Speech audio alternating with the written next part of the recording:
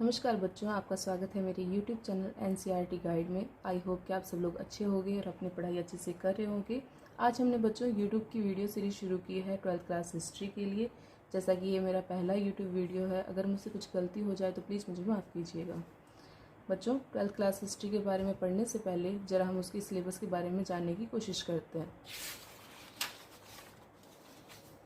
अगर हम 12th class history की बात करें बच्चों, तो इसे पार्ट 1, पार्ट 2 और पार्ट 3 में डिवाइड किया गया है। जैसे कि आपके पास में 3 बुक्स होगी, पार्ट 1, पार्ट 2 और पार्ट 3। अगर हम हिस्ट्री की भी बात करें तो हिस्ट्री को भी 3 पार्ट्स में डिवाइड किया जाता है। पार्ट 1 जैसा कि एंशिएंट टाइम यानी प्राचीन काल, सबसे पुराना जो टाइम हुआ करता था, जैसे कि ऋग्वेद में क्या हुआ करता था, वैदिक काल क्या था, या फिर सिंधु घाटी सभ्यता क्या थी, और जैसे कि उस टाइम पे धर्म कैसे हुआ करते थे, जातियाँ कैसी थी, उस बारे में हम जानते हैं। पार्ट 2 की अगर हम बात करें, पार्ट 2 में मध्यकाल आता है, जैसे कि मुगल काल जो आया था। उसके अलावा विजयनगर साम्राज्य के बारे में हम लोग पढ़ेंगे। लोग खेती कैसे किया करते थे, जमींदारी जो सिस्टम हुआ करता था वो कैसा था, लोग कर कैसे चुकाया करते थे, यात्री जो आए थे उस टाइम पे उन्होंने क्या वृतांत लिखे हैं, उसके बारे में हम लोग पढ़ेंगे। पार्ट 3 की अगर बात करें हम बच्चों, पार्ट 3 में जैसे कि जो अंग्रेज जब आए थे, अंग्रेजों वाला जो काल हुआ करता उसको आधुनिक काल कहा जाता है। उसमें जैसे कि 1857 की जो क्रांति हुई थी, गांधी जी ने असहयोग आंदोलन किया था, हमारा देश जो आज़ाद हुआ था, उसके बाद में संविधान का निर्माण हुआ था, उस चीज़ के बारे में हम लोग पढ़ेंगे। बच्चों, जैसे कि आपने सिलेबस को तो समझ ही लिया है, अब हम पढ़ेंगे पार्ट 1 का चैप्टर 1, ईंटें मनके तथा अस्थियाँ, यानी हड़प्पा सभ्यता के बारे में जो इसमें जानकारी दी गई है उसको हम जानेंगे। अगर हड़प्पा सभ्यता की बात की जाए या सिंधु घाटी सभ्यता की बात की जाए तो इसके अलग अलग नाम दिए गए हैं, जिनमें मुख्यतः है हड़प्पा और सिंधु घाटी सभ्यता। अब बात आती है कि इन्हें हड़प्पा या सिंधु घाटी सभ्यता क्यों कहा जाता है। हड़प्पा इसलिए कहा जाता है क्योंकि इसकी जो खोज हुई थी, खोज होने पे सबसे पहला जो स्थान हमें मिला था वो हड़प्पा ही था। तो हड़प्पा क्यों कहा जाता है? सबसे पहले जो खोज हुई।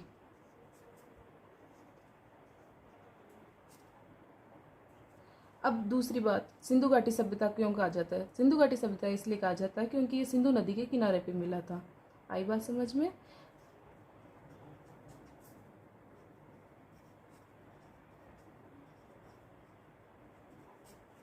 हड़प्पा सभ्यता क्यों कहा जाता है? क्योंकि ये सबसे पहले खोजी गई जगह थी।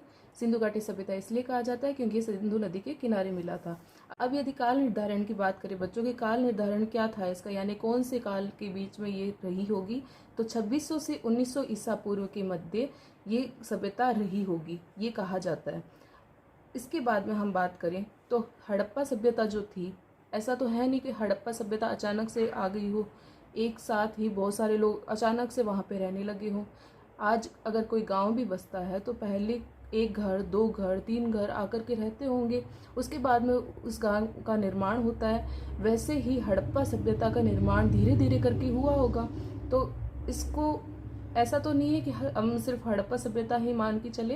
हड़प्पा से पहले भी कोई आरंभिक काल आया होगा, हड़प्पा के जाने के बाद भी कुछ लोग रहे होंगे, इसलिए इसके पहले और बाद वाले का भी हम अध्ययन करते हैं। अगर हम पहले वाले टाइम की बात करें, यानी हड़प्पा जो पीक टाइम हुआ करता था, यानी जब हड़प्पा सभ्यता आ चुकी थी पूरी, उससे पहले जो टाइम था, धीरे धीरे जो लोग आए थे, उस काल को हम अगर कहना चाहें तो उसे हम क्या कहेंगे?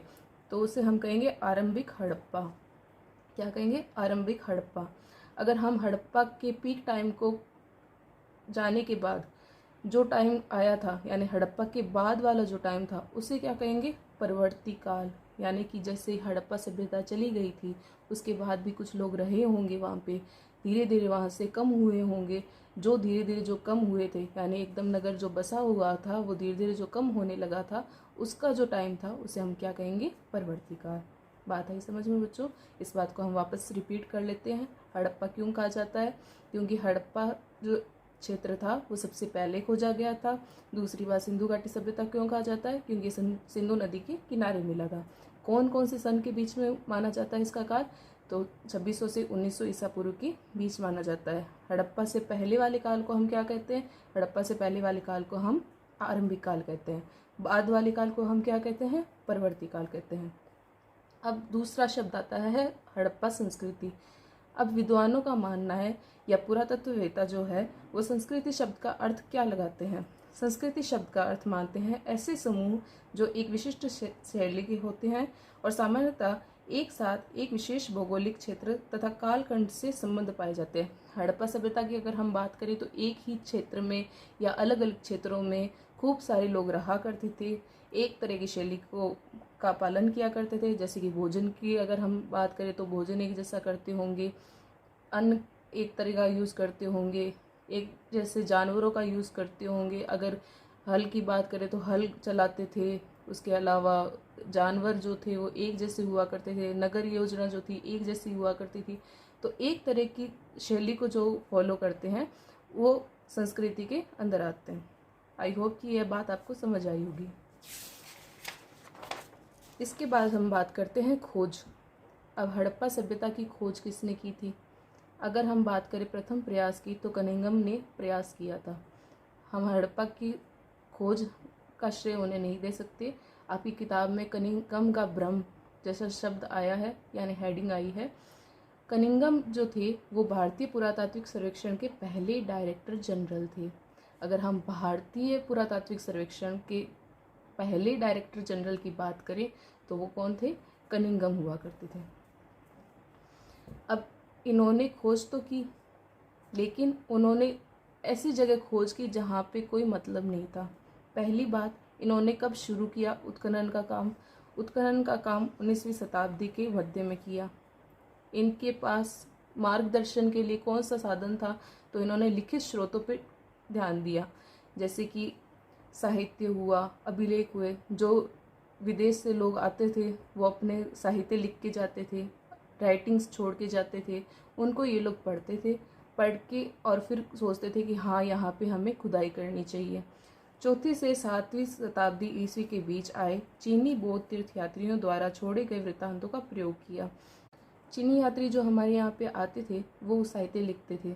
अब इन्होंने क्या किया कि उन साहित्यों को पढ़ने की कोशिश की और इन्होंने सोचा कि गंगा की घाटी में जो पहले पनपी हुई शहर थे वहीं पे ही सिंधु घाटी सभ्यता रही होगी, या फिर यूँ कह सकते हैं कि भारत की सबसे पुरानी सभ्यता इन्होंने मानी थी कि वही हुई होगी। इसके अलावा हमें जानने को मिलता है कि इनके पास में कुछ सिंधु घाटी सभ्यता के टाइम की मोहरें भी आई थी, लेकिन इन्होंने क्या किया था कि उन मोहरों को किसी और सभ्यता से जोड़ने की कोशिश की थी, इसलिए ये इसे जान ही नहीं पाए थे। दूसरा, अगर हम वास्तविक खोज की बात करें बच्चों, तो जो दयाराम साहनी है उन्हें सबसे पहले हड़प्पा मिला था। अगर हम कहें हड़प्पा की खोज किसने की थी तो वो दयाराम साहनी ने की थी। कब की थी? 1921 में। 1921 में हड़प्पा की खोज दयाराम साहनी ने की थी। इन्हें वहाँ पे कुछ मोहरें मिली थी। राखलदास बनर्जी ने मोहनजोदड़ो की खोज की थी। जैसे सिक्के हड़प्पा में मिले थे ना बच्चों, वैसे ही सिक्के इन्हें मोहनजोदड़ो वाले एरिया में मिले थे। कौन से सन में हुआ? तो 1922 में हुआ।